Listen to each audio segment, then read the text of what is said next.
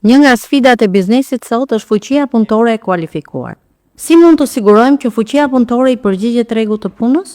Për më shumë për këtë çështje do të na flasë sot zonja Evis Gishti, drejtoreshe e përgjithshme e Agjencisë Kombëtare për Arsimin dhe Formimin Profesional dhe Kualifikimin.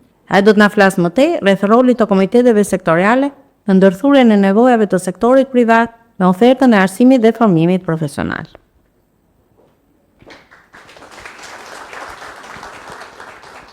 Faleminderit Mira, të nderuar pjesëmarrës, të dashur partner, koleg, miq. Në fakt është kënaqësi që jam pjesë e këtij takimi përmbyllës të një projekti që për fat keq përmbyllet, por që kemi shumë për të thënë dhe kemi shumë për të festuar. Në fakt kur erdha këtu po mendoja do shkoj të festoj, sepse realisht ka shumë arritje që ja vlen që të diskutojmë bashkë. Dhe për më tepër po dëgjoj që në fakt ka shumë sfida. Dhe një nga sfidat që po paraqitet në kohët moderne është digitalizimi dhe impakti që ai ka në jetesën e secilit. Ai ka ndryshuar mënyrën si ne mësojmë, si ne punojmë, si ne komunikojmë, deri dhe si marrim vendimet. Pra një farë mënyre na ka impaktuar në thellësi. Dhe në këtë kontekst tepër dinamik, po dhe të vështirë, kompleks, pa diskutim që politikat e parashikimit, po dhe të zhvillimit të aftësive nuk mund të jenë më domen publik. Pra duhet jenë pjesë e dialogut me një grup më të gjerë aktorësh, partnerë social, ekspert fushës, dhe në këtë kontekst pikërisht dhe me mbështetjen e projektit Risil Benja u krijua dhe u operacionalizua Komiteti Sektorial i Teknologjisë, Informacionit dhe Komunikimit.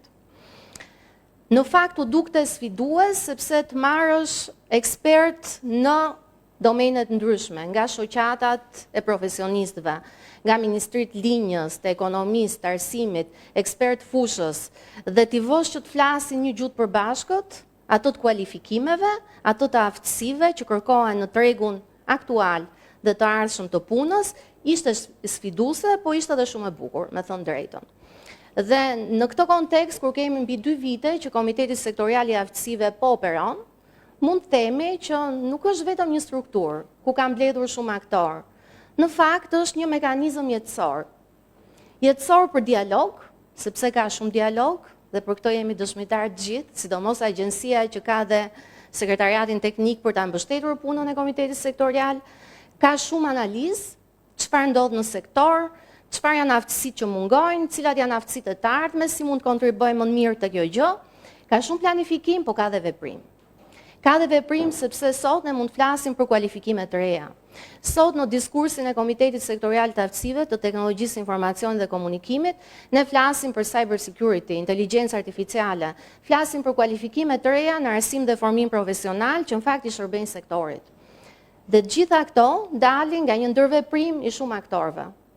Dhe jemi të kënaqur që në fakt ky mekanizëm po jeton dhe po vepron me të vërtet me hapin e kohës, në bazë të nevojave që kanë të gjitha aktorët që po kontribuojnë në diskutim.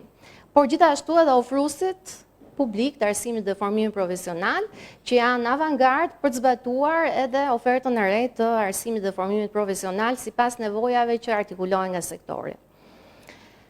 Dhe pa diskutim në gjithë të suaz, unë do doja të falenderoja projektin. Projektin që në fakt kemi qenë bashkë në një udhtim bashkëpunimi, inovacione, se patjetër duhet ishim inovativ për të bërë shumë mendje bashkë edhe për të folur një gjuhë përbashkët, që është ajo aftësive, kualifikimit, zhvillimit të aftësive, zhvillimit të burimeve njerëzore, dhe pa diskutim për vizionin. Vizionin që tashmë besoj nuk do ndalë. Është një vizion që tashmë nuk zbatohet vetëm në një komitet sektorial, por gjithashtu bazohet edhe në ngritjen e komiteteve tjera sektoriale, që është ai turizmit që është aktiv dhe ndërkohë tashmë kemi një risi që do krijohet komiteti i tretë sektorial në energji. Që do të thotë u provua që në fakt shumë mendje bëjnë gjërat e duhura dhe shumë mendje të sektorit patjetër që krijojnë një të ardhme më të mirë për të gjithë neve. Kështu që faleminderit shumë Risil Benja, që qenë bashkë në këtë udhtim sfidues, por shumë rezultativ, dhe veçanërisht falenderim për Mirën. Nuk e di Mira do jetë diku këtej, po Mira ti ma dhe fjalën po qenë nga andej, po ke qenë avangard dhe ke duruar edhe sfidat që ti thoni më pas here.